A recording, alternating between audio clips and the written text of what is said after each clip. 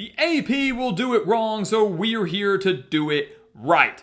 Welcome back to the Gridiron Expert here with our Week 3 GE Top 25 rankings. Our own set of rankings here at the channel based on what we see in the games, based on our official model, our official analysis, no bias from anybody else.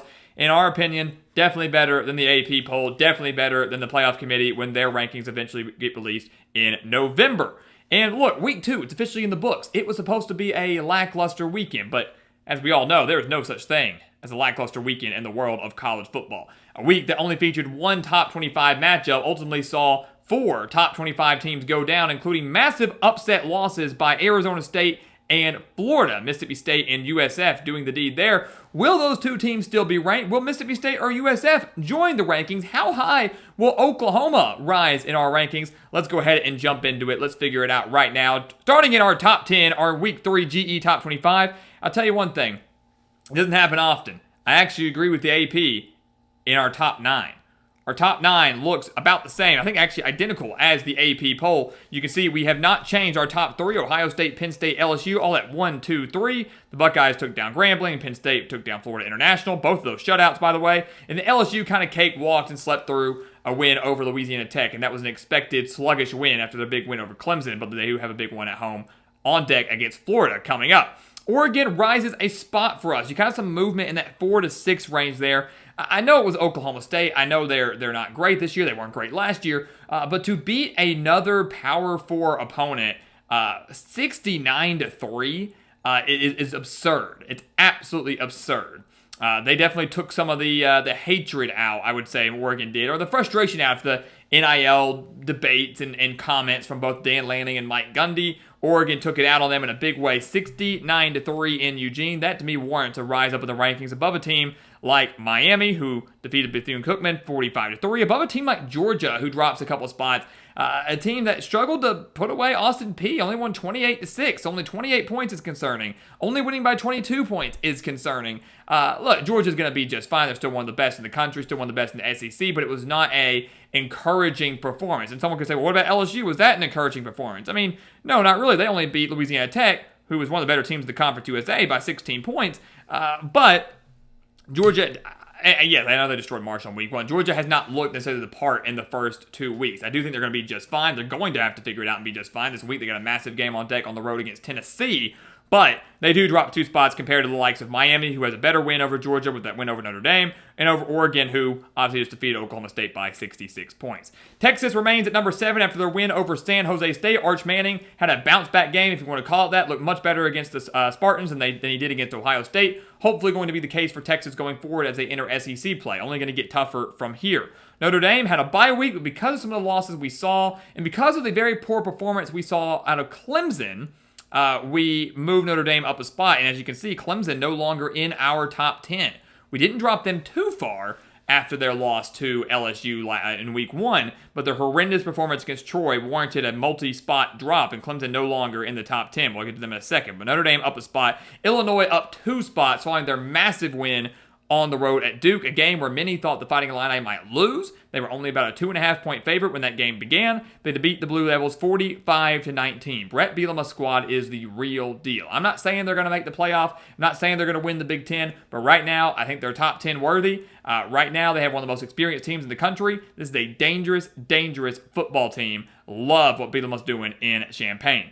Iowa State rounds out our top 10. A lot of people have said we're too high on the Cyclones. I disagree. I know that Kansas State win does not look nearly as good now as we thought it might because Kansas State is absolute garbage, but the Cyclones did win that game in Ireland. They then destroy South Dakota. No letdown game there. And then they beat Iowa, the big Cy-Hawk Trophy game. They win that game at home for the first time since 2011, winning 16-13 on a 54-yard field goal.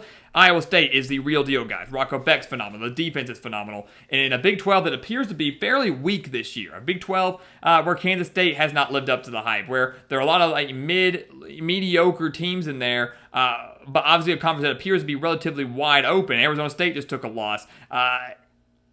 Iowa State, I think, could be the champion.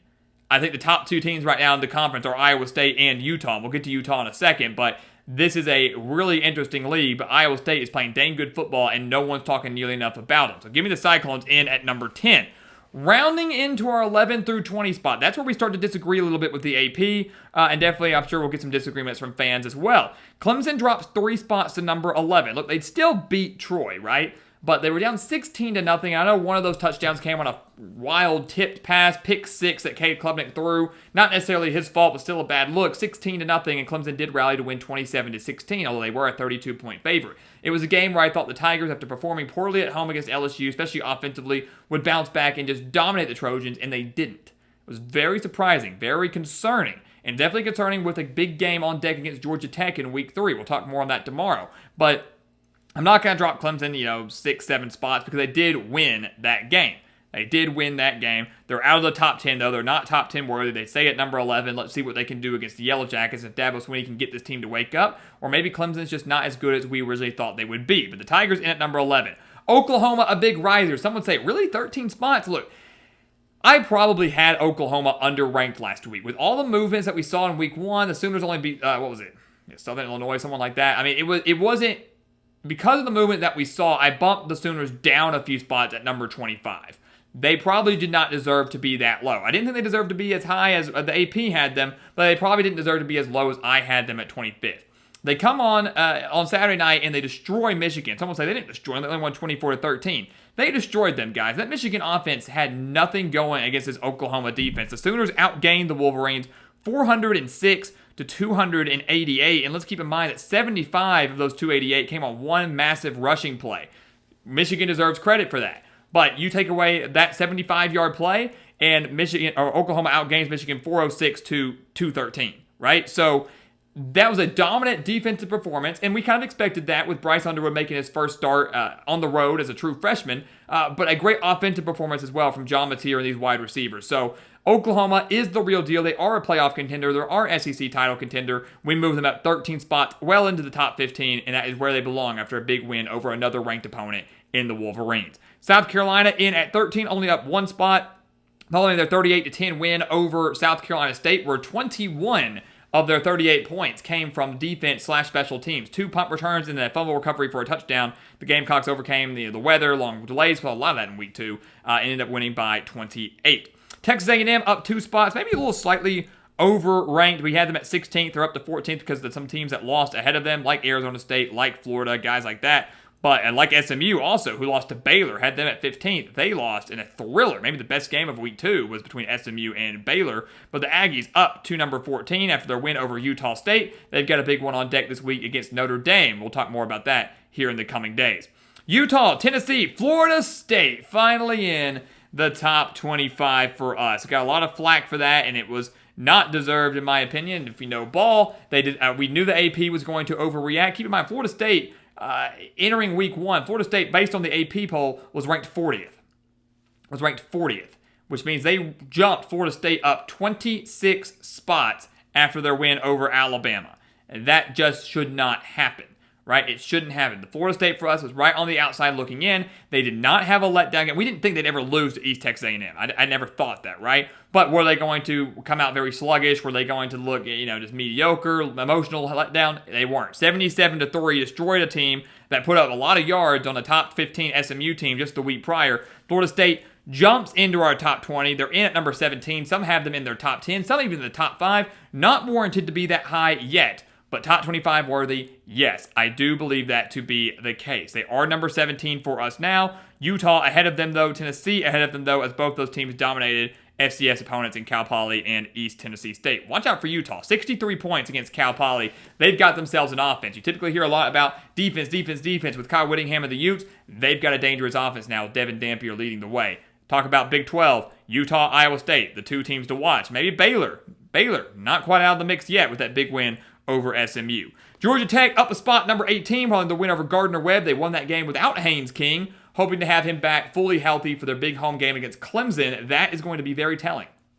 Whether Georgia Tech is that legitimate playoff dark horse that we believe they could be, whether Clemson is either as good or as bad as they appear. A massive trap game, though, for the Tigers on Saturday morning at Georgia Tech. More on that game tomorrow, but going to be a really fun matchup and a Georgia Tech team that's not getting enough attention. They're in at number 18. Texas Tech is into our top 20. Look, Kent State's not a team that's impressive. That wasn't a game that we were ever concerned about. But Texas Tech's offense is absolutely ridiculous. What they did against UAPB in week 1, what they did against Kent State in week 2 is just insane. I love this Texas Tech offense. So they're another Big 12 team that I think is in the mix, right? And that wasn't a disrespect earlier when we were talking about Big 12. But I think Iowa State and Utah are 2 highest ranked teams that we have. They're legit. Texas Tech's legit. Baylor could be in the mix. TCU could be in the mix. Still the Big 12, very competitive conference. Don't sleep on the Red Raiders, though. They spent so much money in the transfer portal. They've got so much talent on this team. I know they haven't played anybody, and they're probably going to destroy Oregon State in week 3. That's why I've got them at number 19. Not because I think they're going to beat Oregon State, but because of what I've seen from them in the last couple weeks.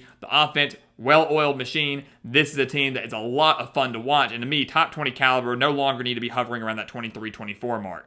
USF, they round out our top 20. Someone the other day said, well, you don't have any, last week, at least in week 2, we didn't have a group of 5 team ranked yet. We didn't have them in it. We had Boise State in week 1. USF destroyed them.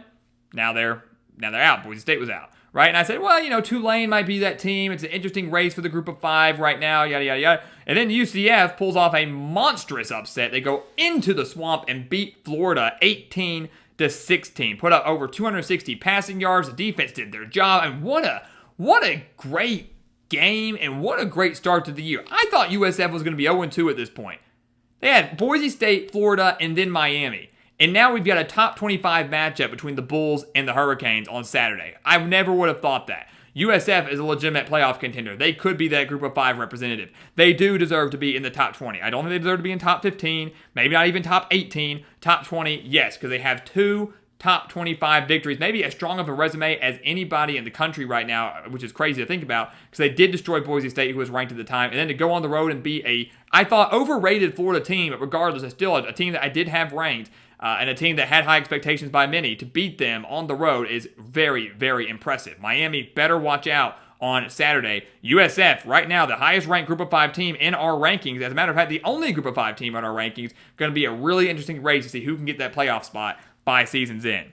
And then rounding out our top 25, 21 through 25, Louisville drops 4 because of teams that jumped them, right? Because of teams like Texas Tech, who I was more impressed with, USF, who enters the rankings, Florida State, who enters the rankings, right? And then Louisville struggling mightily for pretty much the majority of the game against James Madison, who's a dang good football team, but the Cardinals only winning that game 28-14 at home. Unable to cover that spread, by the way. Michigan drops 9 spots following the loss at Oklahoma. Again, 24-13. That game probably a little bit worse than the score really would show. Michigan still a very talented team. That was a game we thought they'd lose, many expected them to lose. They're going to be just fine, but they do need to let Bryce Underwood go out there and sling it. Let him go at it. He's got a heck of an arm. I know he's a freshman. Let him go to town throughout the rest of the year. You cannot play conservative if you are Michigan, although Oklahoma, again, at home with that defense, deserved to win that game. The Wolverines down 9, still remaining ranked, though. Indiana down a spot, beat Kennesaw State 56-9. Very weak non-conference schedule. We'll learn more about the Hoosiers once they enter conference play. Illinois coming up here in just a few weeks. Alabama stays at number 24 following a 73-0 win over ULM. Nothing there warrants them rising up higher or lower. Maybe you think they should be above Indiana. That would be it for me.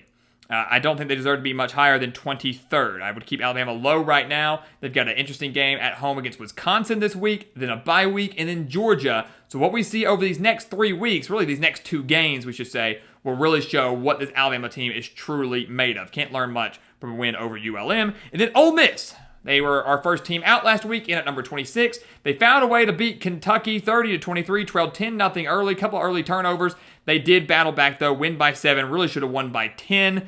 Regardless, though, a win is a win is a win. With all the movements that we have seen, we did have Ole Miss right on the outside looking in. They deserve to jump in. They were first team out, now they're the last team in at number 25. Interesting potential high-scoring game coming up this weekend against Arkansas on Saturday night. Do not sleep on that one. Typically a fun one between the Hogs and the Rebels. Arizona State, for us, was ranked 10th. They fell out.